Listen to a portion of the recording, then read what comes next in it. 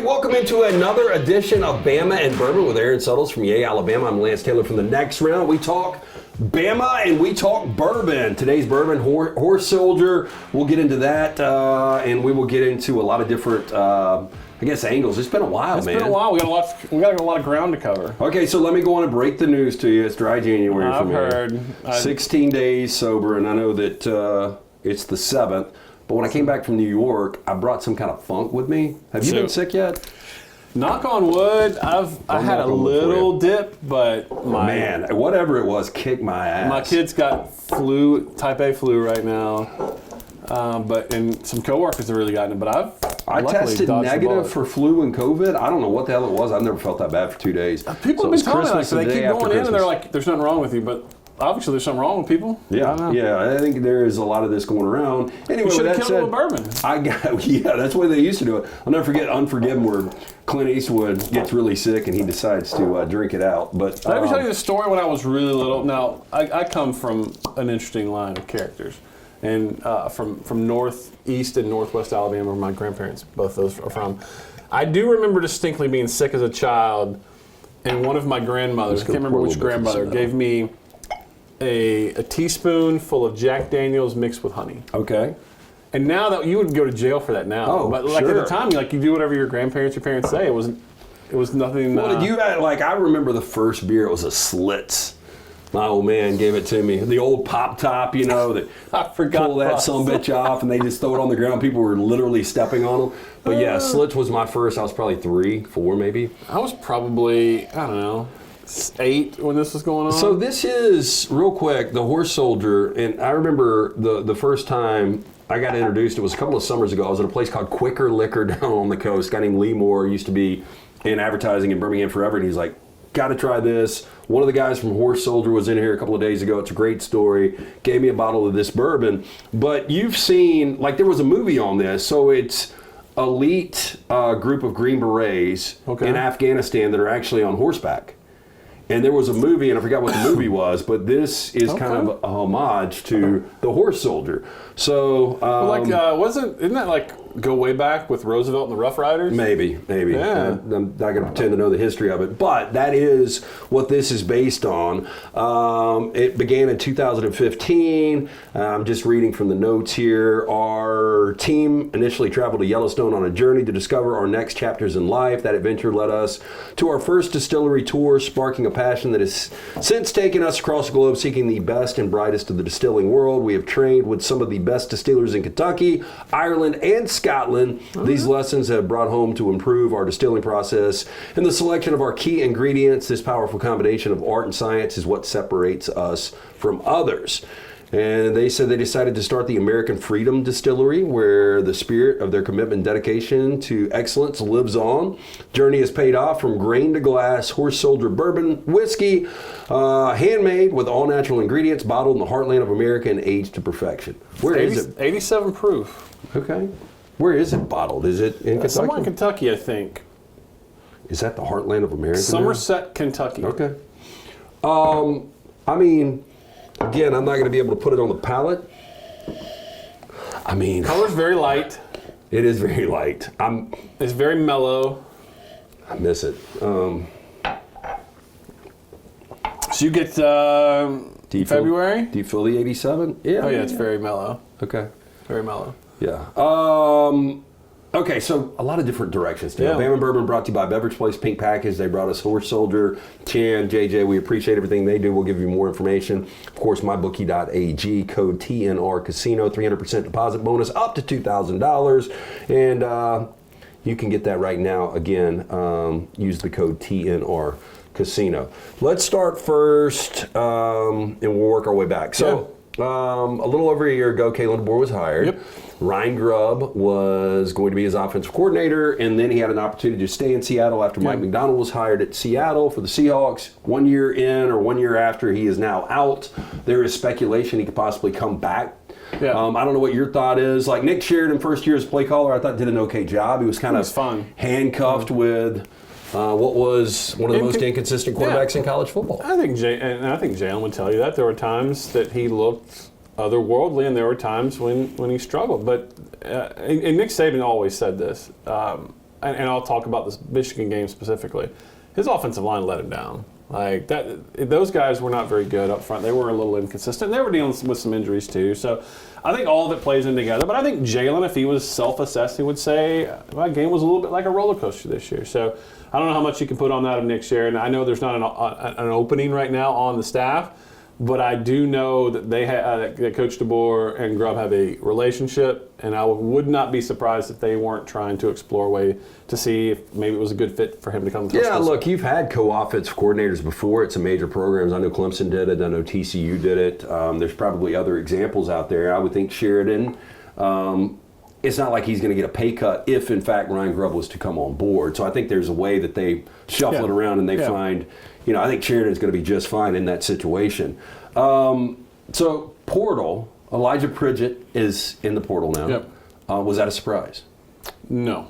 Okay. And look, so much of today in players entering the portal, there's a variety of reasons, right? And I was having this conversation with my buddy. Is it more so money, though? Yeah, a lot of it's case by case. A lot of guys want to play, right? So if you're, which is I think is playing out on the national stage right now because the depth across the board has taken a hit and it's been dispersed, which is why the game is where it is.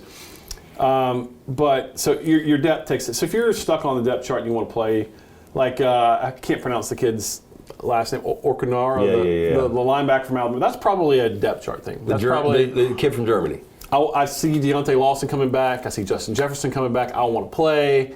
There's probably not an opportunity. So that situation. And then there are agents that try to leverage you and programs to try to get more money. And look, if you have Alabama on your resume, you're going to have suitors. And no offense to Elijah, but he was one of the lowest graded right tackles in the country. When Caden left the ReliQuest Bowl at left tackle, they moved him over. He wasn't good there. He had some moments, and he was a starter, so I'm not taking anything away from him. I'm just being as purely objective as I can. Does it hurt to lose a starter? Absolutely. But you're trying to improve that position and get more sustainable, consistent play going forward anyway. So maybe it was time best for both parties. Yeah, so the offensive line, though, obviously Tyler Booker is on to the NFL. Pritchett's gone. Completely different from what you saw last year. Obviously Seth McLaughlin left in the offseason and was an All-American at Ohio State. We talked about this today on the next round. The offensive line didn't seem to be that physical. They couldn't run the football at will. Do you think it's going to be a drastic turnover on the offensive line? In terms of starters, yeah, it has to be, right? The good thing is you got two guys back in Caden and Parker Brailsford. And those are veteran guys that played a lot of football. Yeah, very good. And I think we're still waiting a little bit for Caden to take that next step. I think he shows flashes of being like the 5-star guy that he was. I think it all depends on his motivation. I think it all depends on his maturity level. You got to think Wilkin Formby is probably going to be given a shot again. We remember him very early. raw. Yeah, very raw. And I actually wouldn't be surprised, and I would, if I were the coach, which I'm not, and I haven't heard nothing, but I'd be interested to see if he could play inside because there's a couple of guard spots probably open. So I think he brings some versatility. They took a project guy from Ball State, which if you start looking at today's college football, if you can get a big-bodied guy that's raw, just view him as nothing but more than a project, a very cheap project that you can bring in versus getting an established guy that's probably going to cost you the world. Before we get into the portal, I did want to ask you, obviously there's a ton of speculation, Jalen Milroe coming out, and I said a month or so ago that if I'm Milroe, I'll probably come back, make $3 million and make sure that the year is a little more consistent and maybe build on what my draft stock would be. With all that said, when you start to look at this now, we won't know. We know 1 through 18 right now, the draft order, because it's teams that didn't make the postseason. Yeah. We'll figure out the others after the postseason plays out. But when you look at the top 5 teams, 4 of those teams need quarterback. Yeah. And it's not a very good quarterback draft. It's not. It's one of the, on paper, one of the worst I've ever seen. No disrespect, Cam Ward and Shedeur Sanders, really good years, but are they going to be franchise guys? Right. And that number 3 guy, right now, according to most draft experts, is Jalen Milroe. And I think he will solidify himself based on, the measurables are going to be crazy at the combine. He's going to test out of this world. Where was Carson Beck on that? Carson Beck, I want to say fourth or fifth. I'm trying to remember who was fourth, you got to play into. Yeah. But look, I think it was best for Jalen, who's I wonder how much. I guess you're right. You can always improve your stock, but this is the quarterback class to test it, and I would think just because teams always overdraft quarterbacks, it is what it is, and it's not the best quarterback draft class. No disrespect to the guys that you mentioned previously. But when you watch Jalen play, he did, like, at times he looked like the number one overall guy. At other times he looked like a guy that would be an undrafted free agent. He plays with anticipation and confidence, he was very much a confidence guy. When things went well early, he was able to build on that. And again, I'll point to the guys that play around him. When the guys played well around him, prime example of this, and I'm not comparing, please don't put this out on social media that I'm comparing the two. But when you see Bryce Young earlier this year, who looks like he's lost every bit of confidence that he's had in the world, and you look at the skill position guys, and they had to bring in Adam Thielen, and maybe he's your best weapon, and you got an offensive line that's getting him killed. It looked like his career was over. Yeah, you didn't have a receiver, by the way. Thielen was your leading receiver. Leggett was number 2, but I don't think you had a receiver over 650 yards receiving. Now, look, it's Atlanta, it's one game, but you can start to tell he was trending when he came back after Andy Dalton's car wreck. He was trending the right direction. Oh, final 3 games, 10 total touchdowns, no interceptions. But look how the guys around him elevated their play. And so I think all that fits hand in hand. Once you get some confidence and the guys around you believe in you and the quarterback knows that you can depend on some of these guys, it really can elevate everyone's play. And I think that was a little bit of what Jalen dealt with this year in terms of his confidence, the confidence around him. When it was high, they hang 30 on Georgia in the first half. When it was low, they struggled. So I think the key is fit for Jalen in the next level. It's Bama and Bourbon with Aaron Suttles from EA Alabama. We'll get more information on the collective here in a minute. Brought to you by MyBookie. Use that code TNR Casino. Also, Cover Crimson. You can join Cover Crimson right now. Get an incredible deal for 2025. Go to covercrimson.com. So just speculating, I would assume Ty Simpson looks to be the guy, just based on experience, time served. Yeah, experience, time in the offense, time around with those receivers. But look, I mean, it's a different age in college football. And if you've watched Keelan Russell, that kid looks legit. See, I haven't. I've just heard, like, obviously Gatorade Player of the Year, all that kind of stuff. I've heard he's going to be incredible, but it is a different world. But it is hard to imagine that a true freshman can roll in and probably because the expectation. But you also don't want to rule it out. Well, right. But what about Austin Mack? Where does obviously that coaching staff likes him too. So it's a good position. Look, they're down to 2. I think Keelan rolls in Tuscaloosa now. He'll I think not when the semester starts next week or maybe later this week. So before he got there were 2 scholarship quarterbacks on the roster. Now there's 3. All 3 of them are going to get to go through spring practice together. We got Jeremy Bernard back. You got Ryan Williams back.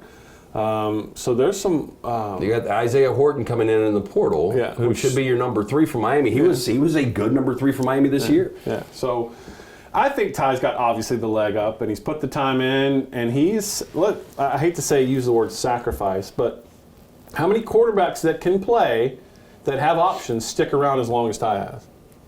So you got to reward a few. Vac did it at Georgia. Nussmeier did it. Yeah, not many. I mean, you don't play your first couple of years, you transfer. That's just the way it is in college football now. And so I think if you're looking at it, Ty's your presumed starter. But I think there's a danger in that if you're the Alabama coaching staff that you don't have a true competition, because I think when it's scripted that it's not real competition, that players pick up on that. It is Bama and Bourbon from Yay, Alabama, the collective, Aaron Suttles. How can people get involved in the collective? I mean, it's a 365-day-a-year thing now. Yeah, well, you guys had our boss in, not my boss, but the guy that heads up the Department of Athletics at Alabama, Greg Byrne, on the other. Well, there was that, I don't want to call it controversial statement. I think it kind of got blown out of proportion, because I think that ADs across the country are all asking for support. Yeah.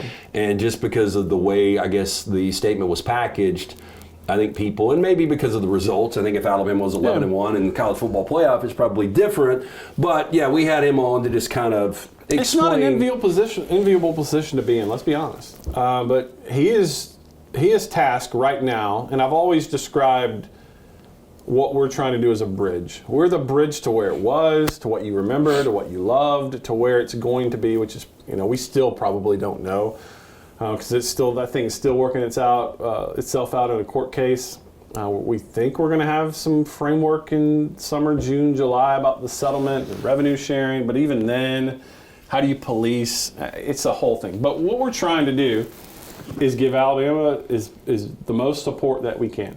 And people think that that Alabama is only generating funds simply by asking fans for money.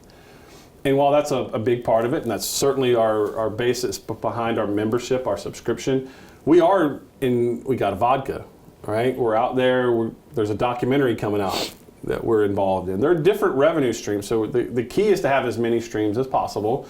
We understand, look, $18 a month isn't going to compete with Texas. Ain't going to compete with Ohio State. But as a collective, and I say collective as in a whole of Alabama fans, it can contribute a lot. So that's sort of what we're trying to defeat the message of is, look, we're not asking the fans to pay everything for the athletic department. That's ridiculous. But I also think fans see... But you also get a benefit. It's not like you're not getting anything. I get it, but not only are you buying into the program and you're giving something back that ultimately, I mean, all these fan bases, have to do at some level, but you're getting like content, you're getting opportunities to I'm not going to pump us up too much. I'm trying to educate that people see, okay, Alabama got broke off a $60 million check or whatever it is every year from the SEC from television rights, and they think that should pay for the collective and for the football.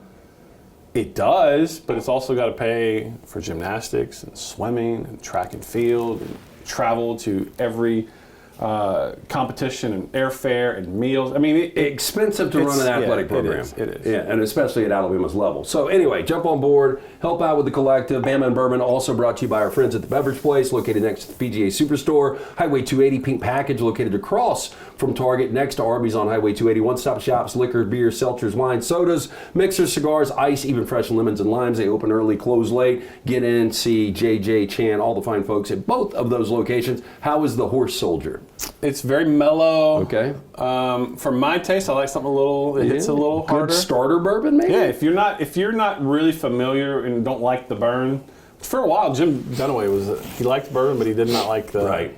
So this would be, back in the day, Jim would be a good start. But as we do this, middle of January, first week of January, it's 30 degrees outside. That's what I'm saying, as cold as it is. Yeah. Oh, by the way. Because I did get a nice pic of one of our former bourbons, you out by the fire pit. I got a new fire pit. I'm not going to get any free advertising, but it's one of those smokeless ones.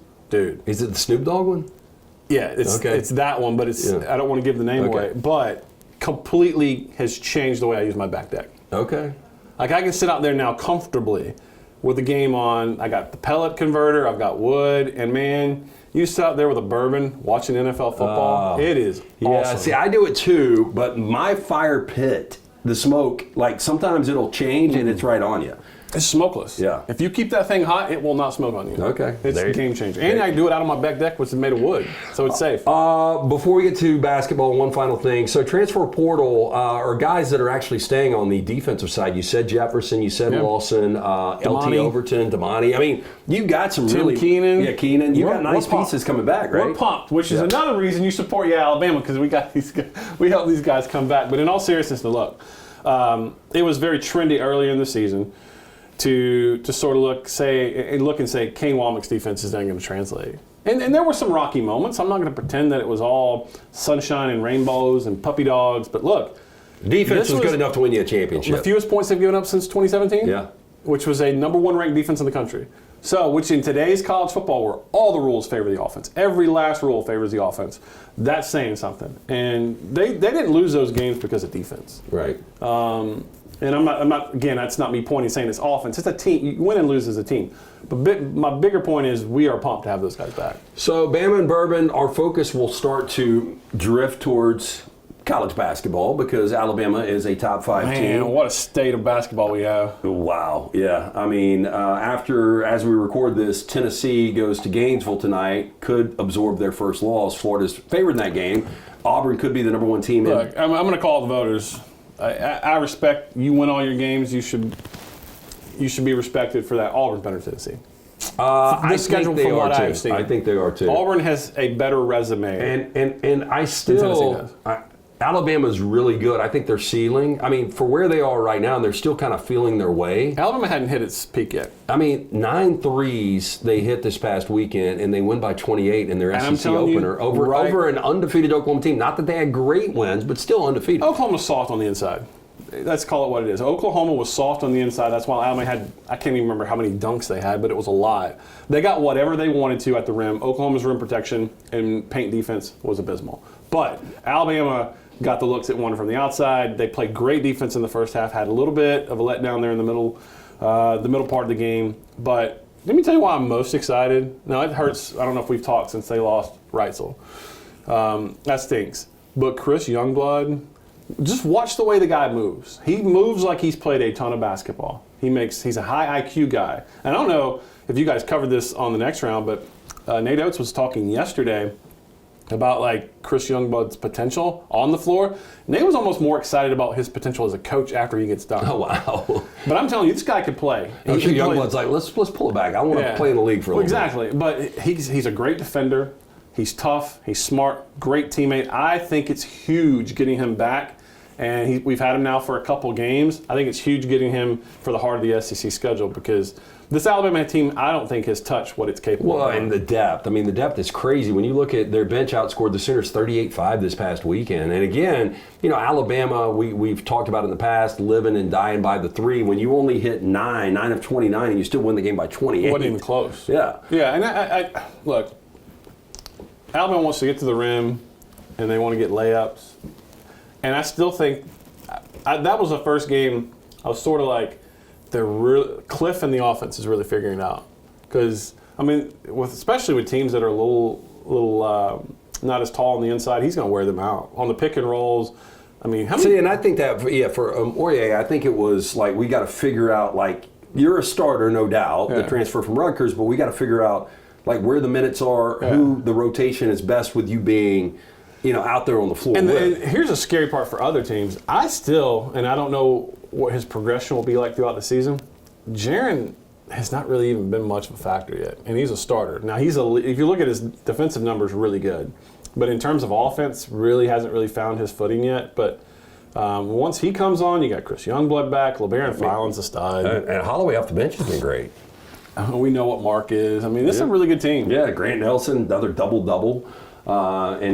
He's all over this. I mean, couple of assists, couple of steals, couple of blocks. I mean, yeah, very, very good team that I agree with you. They have not, hit the ceiling yet. Okay, Bama and Bourbon, again, brought to you by our friends at MyBookie, mybookie.ag. Use that code T in our casino, 300% deposit bonus, up to $2,000. Pink Package, Beverage Place. Once again, how can people get on board on the collective? Yeah, yay-alabama.com. We had a huge influx of members when Greg Byrne put out his message imploring fans to help. So it worked. We're not asking you to cover everything. We're just asking for help. And I understand for some people that's controversial. It's not meant to be. We all have the same end goal, and that's for Alabama to win championships. So if we think of it that way and not pit each other against each other, that would be helpful. But yay-alabama.com. And Horse Soldier, we're going not necessarily for you. For a novice, I would say, yeah. Okay, for a Jim Dunaway out there. Yeah, for all of Dunaways in our line. Bama and Bourbon, like, subscribe, give us a thumbs up right here on Roll Tide Pods. We appreciate that. Again, special thanks to our sponsors, MyBookie, Cover Crimson, Beverage Place, Pink Package. Have a wonderful week. We'll be back next week with more Bama and Bourbon.